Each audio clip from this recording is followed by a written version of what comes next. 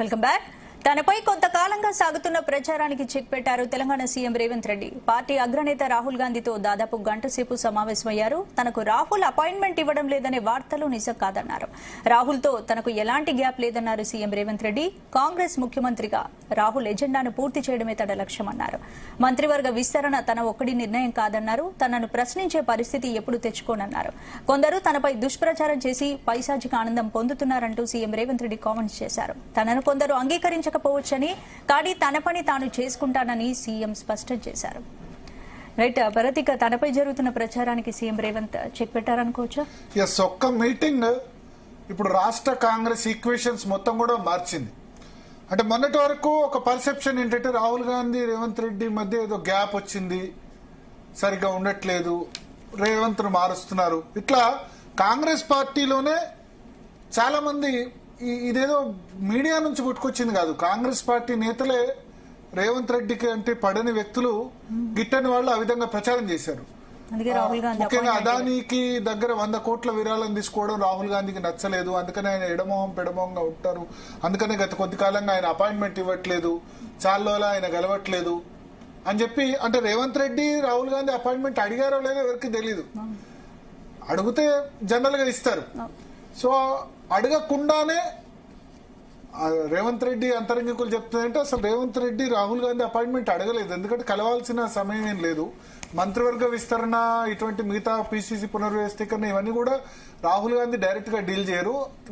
Organisational general secretary KC Venugopal మాట్లాడి మిగతా leaders, incharge general secretary వీళ్ళంతా అయిన తర్వాత ఫైనల్ గా రాహుల్ గాంధీ, మల్లికార్జున ఖర్గే వాళ్ళు డిసిజన్ తీసుకుంటారు. సో ఇదంతా కాకముందే అనవసరంగా ప్రచారం చేశారు. రాహుల్ గాంధీకి రేవంత్ రెడ్డి గ్యాప్ మొత్తం కూడా ఫుల్ స్టాప్ పెట్టినట్టు అయింది. ఎందుకంటే బహుశా 4-5 నెలలైందో 5-6 నెలలైందో. అంటే మనకు తెలుసు ఢిల్లీకి సీఎం జనరల్ గా రెగ్యులర్ గా 2-3 టైమ్స్ వెళ్ళడం అనేది కామన్. కాంగ్రెస్ పార్టీలో ఏ సీఎం ఉన్నా సరే నెలలో 2 సార్లు ఖచ్చితంగా ఢిల్లీలో ఉండాలి, ఢిల్లీ వాళ్ళతో మాట్లాడాల్సిందే. అది రాజశేఖర్ రెడ్డి నుంచి మొదలు పెడితే ఇప్పటి వరకు కూడా అది కంటిన్యూ అవుతూనే వస్తుంది. సో ఇప్పుడు గత కొద్ది కాలంగా చాలా 3-4 నెలలుగా కలవకపోవడం వల్ల ఈయన మారుస్తారేమో, ఈయన మీద అసంతృప్తితో ఉన్నారు, ఇటువంటి ఊహాగానాలు ఏవైతే వచ్చాయో వాటన్నిటికీ ఒక్కటే మీటింగ్ తో ఫుల్ స్టాప్ పెట్టించారు రేవంత్ రెడ్డి. సో ఈ మీటింగ్ ద్వారా ఏంటంటే ఎస్ ఎవ్రీథింగ్ ఈజ్ గుడ్, అంటే బిట్వీన్ రేవంత్ రెడ్డి అండ్ రాహుల్ గాంధీ మధ్య అంతా సవ్యంగా ఉంది. సో ఆయన కూడా కులగణన గురించి డిస్కస్ చేశాం, సూర్యాపేట సభకి ఇన్వైట్ చేశాం. అంటే మొన్న ఒక 3-4 డేస్ బ్యాక్ కూడా ఢిల్లీ వెళ్లారు. అప్పుడు కేవలం కేసీ వేణుగోపాల్ మాత్రమే కలిశారు. 1 వీక్ బ్యాక్ వెళ్ళినప్పుడు బహుశా సిఎల్పి మీటింగ్ రోజు అనుకుంటా, అంటే లాస్ట్ వీక్ లో. సో అప్పుడు రాహుల్ గాంధీని ఎందుకు గెలవలేదు, ఇట్లా చాలా చాలా రకాల వార్తలు వచ్చాయి. వాటన్నిటి కూడా చెక్ పెట్టినట్టయింది. మనతో పాటు ప్రస్తుతం అనిల్ గారు ఉన్నారు, మైనింగ్ డెవలప్మెంట్ కార్పొరేషన్ చైర్మన్, మాజీ ఎమ్మెల్యే, మాజీ విప్ గా కూడా పనిచేశారు. అనిల్ గారు,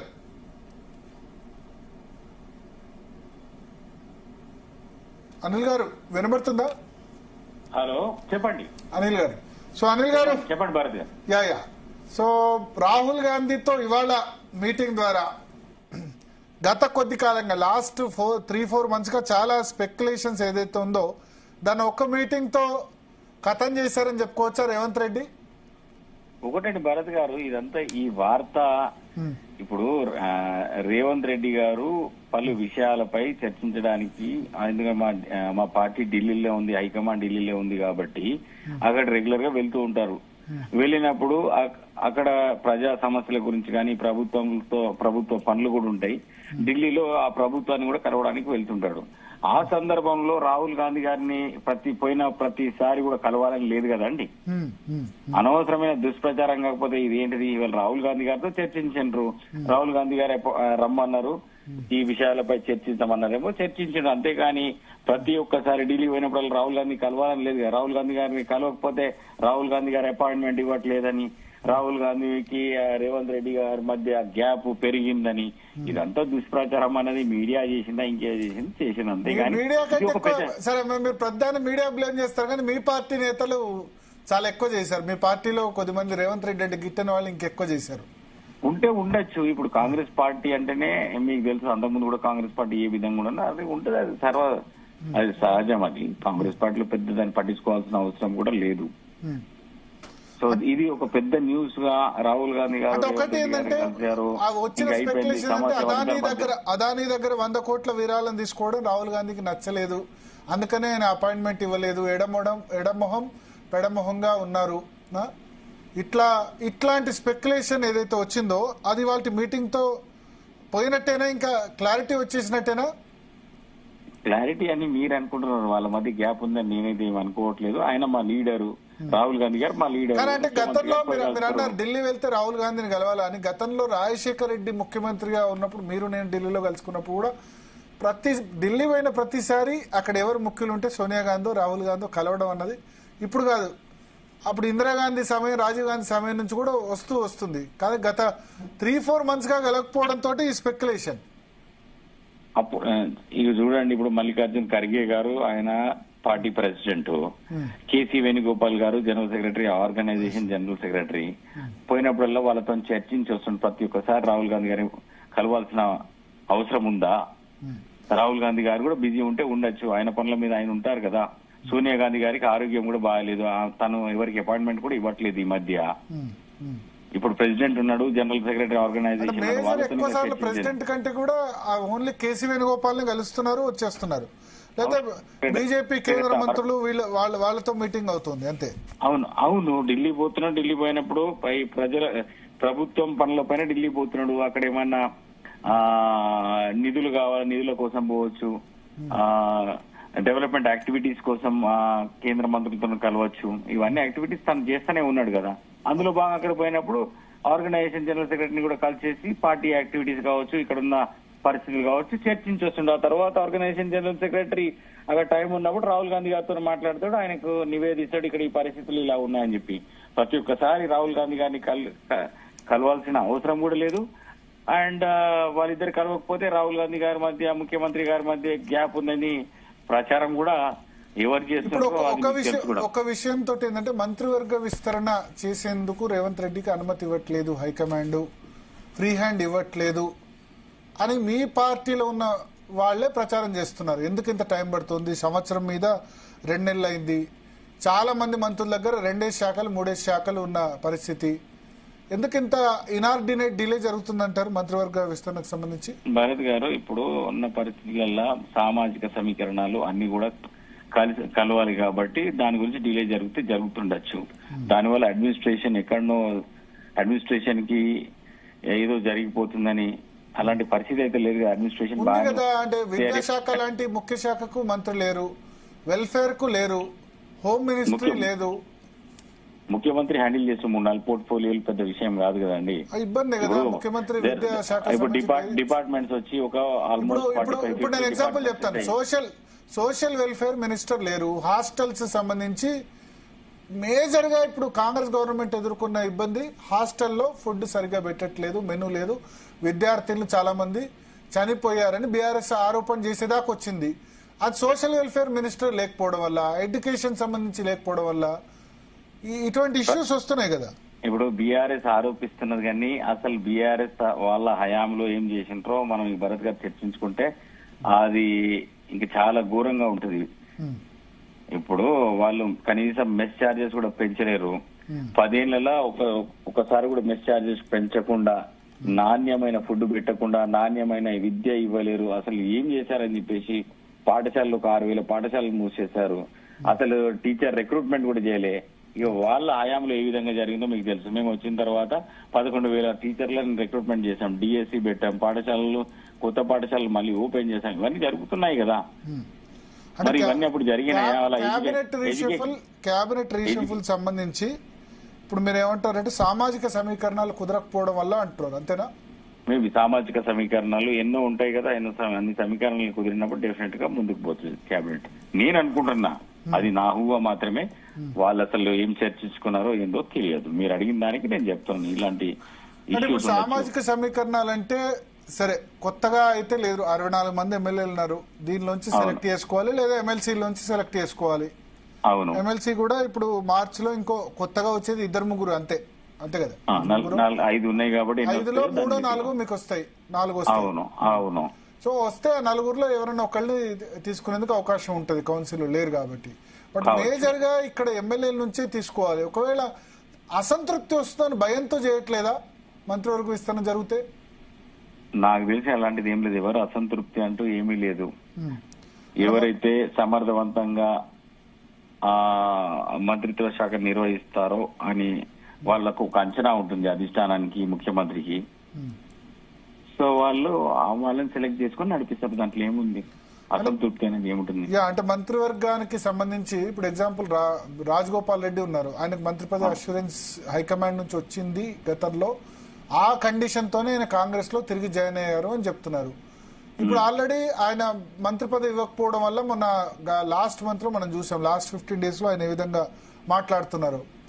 కేసీఆర్ ఉంటేనే బాగుంటుందని ఒక విధంగా ఆయన కామెంట్ చేశారు. ఇట్లా 2-3 రకరకాల కామెంట్స్ అయితే వస్తున్నాయి కదా డిలే కావడం వల్ల.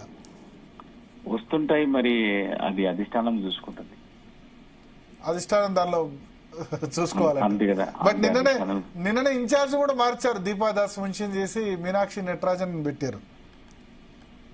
మీనాక్షి నటరాజన్ దీపాదాస్ మున్షి తను ఏంటంటే కేరళకు పర్మనెంట్ గా, కేరళలో ఎలక్షన్స్ ఉన్నాయి కదా. ఓకే. సో ఆ కేరళ స్టేట్ కి ఫుల్ టైం ఇన్ఛార్జ్ చేశారు.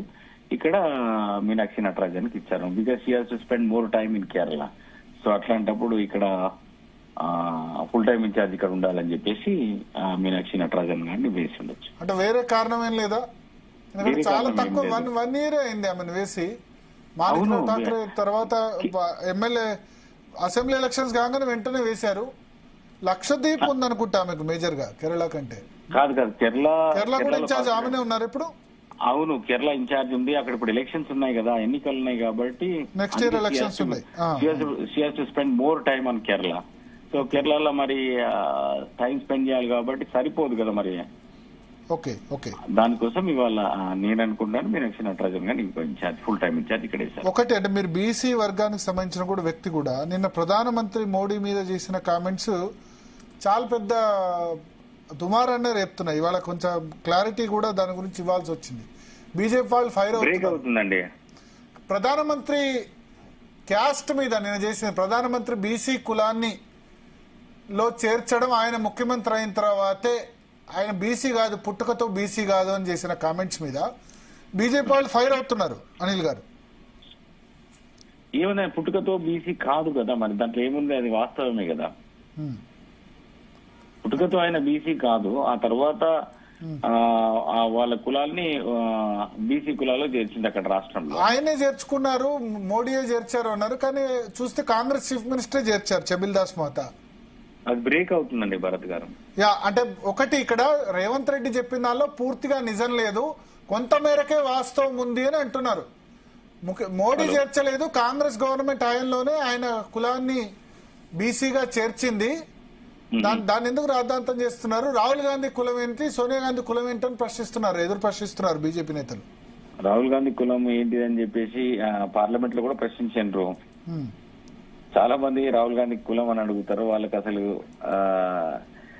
అలాంటి క్వశ్చన్ అడగచ్చా అని వాళ్ళు గుణమే చేసుకొని ఆలోచించుకోవాలి వాళ్ళు. అంటే మోడీ బీసీకి సంబంధించి అడిగినప్పుడు వాళ్ళు కూడా అదే విధంగా అడుగుతారు కదా. వాళ్ళకు వాస్తవంగా మోడీ బీసీ కాదు, ఒరిజినల్ అయితే బీసీ కాదు, ఆ తర్వాత బీసీగా ఆయన కులం అనేది బీసీలో. ఇప్పుడు అది సరే, ఇప్పుడు గానగ నుంచి నూనె తీసే కులం మన దగ్గర బీసీలోనే ఉంది, గాన్ల కులం కదా.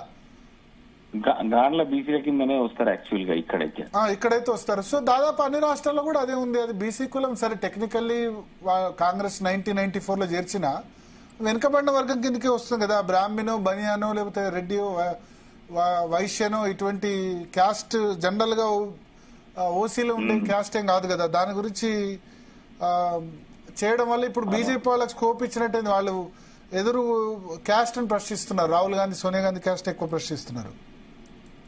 భరత్ గారు ఇది అసలు బ్రేక్ అవ్వకుండా వస్తున్నది. Okay okay okay sir, thank you Anil గారు, ఓకేనండి, థ్యాంక్ యూ మీ సమయం కేటాయించినందుకు. సో మొత్తానికి స్పందన ఒకటి, ఈ రాహుల్ గాంధీ రేవంత్ రెడ్డి మీటింగ్ ద్వారా రూమర్స్ ఒక్క మీటింగ్ తోటి అన్నిటి కూడా రేవంత్ రెడ్డి సీఎం రేవంత్ రెడ్డి రాహుల్ మధ్య మీటింగ్ లో ఏ అంశాలు చర్చకు వచ్చాయనుకోవచ్చు? ఎందుకంటే దాదాపు గంట సేపు రేవంత్ కులగణనకు సంబంధించి ప్రధానంగా చర్చకు రావచ్చు. ఎందుకంటే కులగణన రాహుల్ గాంధీ ప్రతి చోట కూడా ఆయన వల్ల వేస్తున్నారు. కులగణన చేయాలి, దేశవ్యాప్తంగా మేము అధికారంలోకి వస్తే చేస్తామని చెప్పారు, కానీ అధికారంలోకి రాలేదు. సో తెలంగాణ మోడల్ చెప్పుకొని నిజానికి కర్ణాటకలో కూడా జరిగింది కులగణన, కానీ వాళ్ళు ఇంతవరకు పబ్లిక్ చేయలేదు. మనకంటే ముందు సంవత్సరం ముందే కర్ణాటకలో అధికారంలోకి వచ్చింది కాంగ్రెస్, కానీ అక్కడ పబ్లిక్ చేయలేదు. కారణం ఏంటంటే అక్కడ లింగాయత్ నుంచి తర్వాత ఈ వక్కలిగాస్ ఇద్దరు నుంచి కూడా తీవ్ర ప్రతిఘటన రావచ్చు ఓబీసీకి సంబంధించి కులగణన రాస్తే. సో అదెందుకని చెప్పి అక్కడ వాళ్ళు భావిస్తుండొచ్చు. సో రాహుల్ గాంధీ మీరు చెప్పారు టాస్క్, ఇగో నేను చేశాను. రాహుల్ కి రేవంత్ ఏం వివరించే అవకాశం ఉంది? అదే మీరు ఒక టాస్క్ ఇచ్చారు, ఆ టాస్క్ నేను కంప్లీట్ చేశాను, చూపించాను, కంప్లీట్ చేశాను. ఇగో మా దగ్గర 40 ఎజెండాగానే రేవంత్ రాహుల్ భేటీ జరిగింది అనుకోవచ్చు. బీసీ కులగణనకు సంబంధించి ఆయన మీటింగ్ సూర్యాపేటలో మీటింగ్ పెడతామన్నారు కదా, ఎస్సీ వర్గీకరణకు సంబంధించి మెదక్లో మీటింగ్ పెడతా అన్నారు. 2 మీటింగ్లకు ఇన్వైట్ చేశారు. అయితే ప్రధానంగా బీసీ కులగణనకు సంబంధించి రాహుల్ గాంధీని పిలుస్తారు, ఎస్సీ వర్గీకరణకు సంబంధించి మల్లికార్జున ఖర్గేని పిలిచే అవకాశం ఉంది. ఆ రెండుకు సంబంధించి అయితే ఖచ్చితంగా ఫిక్స్ అయ్యాయి మీటింగ్స్. దాంతో పాటు ఇతర ఇష్యూస్ మంత్రివర్గం సంబంధించి కూడా చర్చకు రాలేదు అని రేవంత్ రెడ్డి చెప్తున్నారు, కానీ ఖచ్చితంగా చర్చకు వచ్చి ఉంటుంది. కేబినెట్ రిషఫుల్కి అవకాశం ఇవ్వని రేవంత్ రెడ్డి కూడా అడుగుతాడు. ఎందుకంటే చాలా శాఖలు ఆయన దగ్గరే ఉన్నాయి, home ministry, education, social welfare ఇవన్నీ ఉన్నాయి. ఇప్పుడు నెక్స్ట్ 3-4 ఎమ్మెల్సీలు కూడా అవుతున్నాయి. బహుశా రేవంత్ రెడ్డి ఆ ఎమ్మెల్సీల ద్వారా ఒకళ్ళిద్దరిని మంత్రివర్గంలోకి తీసుకోవాలనుకుంటున్నారేమో. వేం నరేందర్ రెడ్డికి ఎమ్మెల్సీ ఇచ్చి మంత్రి చేయాలని అనుకుంటున్నారు అధిష్టానం. ఎందుకంటే అల్టిమేట్ గా అధిష్టానం నిర్ణయం తీసుకోవాలి ఎమ్మెల్సీల విషయంలో కూడా. సీఎం చెప్పినంత మాత్రాన కేబినెట్ విస్తరణపై ఏకాభిప్రాయం రాలేదనుకోవచ్చు. ఇప్పటికీ ఏకాభిప్రాయం రాలేదు, అందుకనే పెండింగ్ లో పెడుతున్నారు. ఇప్పుడు ఇది ఇప్పటివరకు ఏంటంటే కేసీ వేణుగోపాల్ దగ్గర ఆర్గనైజేషన్ ఇన్ఛార్జ్ వరకే ఉంది. ఆర్గనైజేషన్ ఇన్ఛార్జ్, జనరల్ సెక్రటరీ వీళ్ళంతా కలిసి డిస్కస్ చేసి ఫార్మాలిటీస్ డిస్కస్ చేసి ఫైనల్ గా రాహుల్ గాంధీ మల్లికార్జున ఖర్గే దగ్గరికి పెడితే వాళ్ళు ఫైనలైజ్ చేయాలి. కానీ ఇది ఇంతవరకు కేసీ వేణుగోపాల్ స్థాయి దాటి వెళ్ళలేదు. ఈ మంత్రివర్గ విస్తరణ ఏదైతే ఉందో అది ఇంతవరకు దాటి వెళ్ళలేదు. బహుశా రాహుల్ గాంధీ మీటింగ్ లో గట్టిగా చెప్పుండొచ్చు రేవంత్ రెడ్డి, మంత్రివర్గ విస్తరణ సంవత్సరం మీద 2 నెలలు అయింది, 14 నెలలు అయింది, ఇంకా ఆలస్యం చేయొద్దు, చేయండి అని చెప్పొచ్చు. తర్వాత పార్టీలో ఇప్పుడు హైకమాండ్ కొద్దిమందికి మంత్రివర్గంలో గ్యారంటీ ఇచ్చిందంటారు, వాళ్ళ గురించి కూడా క్లారిటీ తెలుసుకోవచ్చు. రేవంత్ నాకు తెలిసి అయితే 2-3 నెలల్లో ఖచ్చితంగా మంత్రివర్గ విస్తరణ. ప్రతిసారి బట్టితో కాంగ్రెస్ నేతలతో కలిసి వెళ్తారు, ఈసారి కూడా ఒకరే వెళ్ళారు కదా. అంటే రాహుల్ గాంధీని ఆయన ఇండివిజువల్ గా కలవాలనుకున్నారు కాబట్టి కలిశారు. బట్టి తర్వాత ఉత్తమ్ కలవడం అన్నది కేసీ వేణుగోపాల్ తో ఆయన కలిసి జరిపారు. ఈసారి ఇది 1-to-1 మీటింగ్. 1-to-1 మీటింగ్ లో అందరి ముందు అన్ని మాట్లాడలేరు కదా. ఇప్పుడు బట్టి లేకపోతే ఉత్తమ్ ఇటువంటి వాళ్ళతో ఏమైనా ప్రాబ్లం అయినా రాహుల్ గాంధీతో చెప్తారు కదా. అన్ని విషయాలు కులంకుశంగా మాట్లాడాలంటే 1-to-1 లోనే సాధ్యం కదా. ఎవరి మీద రేవంత్ రెడ్డి కంప్లైంట్ చేయాలన్నా పక్కన వేరే వాళ్ళు ఉంటే సాధ్యం కాదు కదా. సో అది 1-to-1 మీటింగ్ ఉద్దేశంతోనే నిన్న అపాయింట్మెంట్, నేను రాత్రి చేరుకున్నారు, అపాయింట్మెంట్ తీసుకున్నారు. దీని ద్వారా ఒకటి గత 2 నెలలుగా రేవంత్ రెడ్డికి వ్యతిరేకంగా కాంగ్రెస్ లో చాలా పెద్ద ప్రచారం జరుగుతుంది. 2-3 నెలలుగా రాహుల్ గాంధీ సరిగ్గా మాట్లాడలేదు. మొన్న ఇక్కడ హైదరాబాద్ లో ఈ కులగణనకు ముందు సికింద్రాబాద్ లో మీటింగ్ పెట్టారు మేధావులతో. రాహుల్ గాంధీ ఒక 1 hour పాటు ఇంటరాక్షన్ అయ్యారు. అక్కడ సరిగ్గా మాట్లాడలేదు రేవంత్ రెడ్డితో, వేరే లీడర్స్ తో, ఉత్తమ్ కుమార్ రెడ్డితో ఎక్కువ మాట్లాడారు. ఇట్లా కాంగ్రెస్ పార్టీ నేతలు నాతో చాలా మంది చెప్పిన సందర్భం ఉంది. వాటన్నిటిని కూడా ఒకటే మీటింగ్ తో రాహుల్ గాంధీ రాహుల్ గాంధీ మీటింగ్ తో రేవంత్ రెడ్డి ఒకటే మీటింగ్ తో పటాపంచలు చేశారని చెప్పొచ్చు. గ్యాప్ సరే గ్యాప్ ఉన్నా లేకున్నా ఇప్పుడైతే సెట్ అయిపోయింది. So Revanth Reddy chief minister. So ఇప్పుడు రాహుల్ గాంధీతో మీటింగ్ అయింది కాబట్టి షార్ట్లీ నాకు తెలిసి 1-2 months లో మంత్రివర్గ పునర్వ్యవస్థీకరణ ఉంటది. అది ఉగాది లోపు ఎప్పుడైనా జరగచ్చు, ఏప్రిల్ లోపు ఎప్పుడైనా జరగచ్చు. ఈ ఎమ్మెల్సీలో అన్నది వన్స్ ఫైనలైజ్ అయిన తర్వాత ఎమ్మెల్సీలో అయితే వేం నరేందర్ రెడ్డి గానీ లేకపోతే ఫహీం ఖురేషి మైనారిటీ నుంచి గానీ, నీలం మధు ముదిరాజ్, ఈ ముగ్గురులో ఎవరో ఒకరిని ఎమ్మెల్సీ ఇచ్చి మంత్రి పదవిలోకి తీసుకునే అవకాశం ఉన్నట్టుగా వార్తలు వస్తున్నాయి. ఇంకా చూడాలి రేవంత్ రెడ్డి చాయిస్. నిజామాబాద్ నుంచి సుదర్శన్ రెడ్డిని తీసుకోవాలనుకుంటున్నారు. ఇంకా రేవంత్ రెడ్డితో సంబంధం లేకుండా వేరే మంది జైన్ కావాలి, కోమటిరెడ్డి రాజగోపాల్ రెడ్డి కావాలంటారు, వివేక్ వెంకటస్వామి మంత్రి పదవి కావాలనుకుంటున్నారు. అట్లాగే ప్రేమ్ సాగర్ రావు మంచిర్యాల నుంచి ఆయన కూడా కావాలనుకుంటున్నారు. వీళ్ళంతా కూడా బట్టి ఉత్తమ్ కొద్దిమందిని సపోర్ట్ చేస్తున్న పరిస్థితి. చూడాలి ఏం జరుగుతుందో. అల్టిమేట్ గా మంత్రివర్గ విస్తరణ విషయంలో అది ఒక్క రేవంత్ రెడ్డి చేతులు లేదు. మళ్ళీ బట్టి ఉత్తమ్ వీళ్ళందరి కోటాలు కూడా ఉంటాయి. హైకమాండ్ ఒక ముఖ్యమంత్రికే ఫుల్ కోటా ఇవ్వదు. దానిలో డిప్యూటీ సీఎం కోటా ఎంత అవసరమైతే ఇంకొకటి 2 డిప్యూటీ సీఎంలు కూడా ఎక్కువ ఇస్తారంటున్నారు. బీసీ నుంచి కూడా ఒక డిప్యూటీ సీఎం చేయొచ్చు అని చెప్తున్నారు. అయితే బట్టి విక్రమార్క ఒక కండిషన్ పెట్టారు. డిప్యూటీ సీఎం ఉంటే నేను ఒక్కడనే ఉండాలి, వేరే వాళ్లకు మొదట్లోనే సీతక్క బట్టి ఇద్దరు డిప్యూటీ సీఎంలతో ప్రమాణ స్వీకారం చేయిస్తారని చెప్పారు. దాన్ని అప్పుడు ఖండించారు. నేను ఒక్కళ్ళు మాత్రం ఉండాలని ఆయన కండిషన్ పెట్టారు. ఇప్పుడున్న పరిస్థితిలో ఇప్పుడు 42% బీసీలకు కేటాయించిన పరిస్థితిలో బట్టి మరి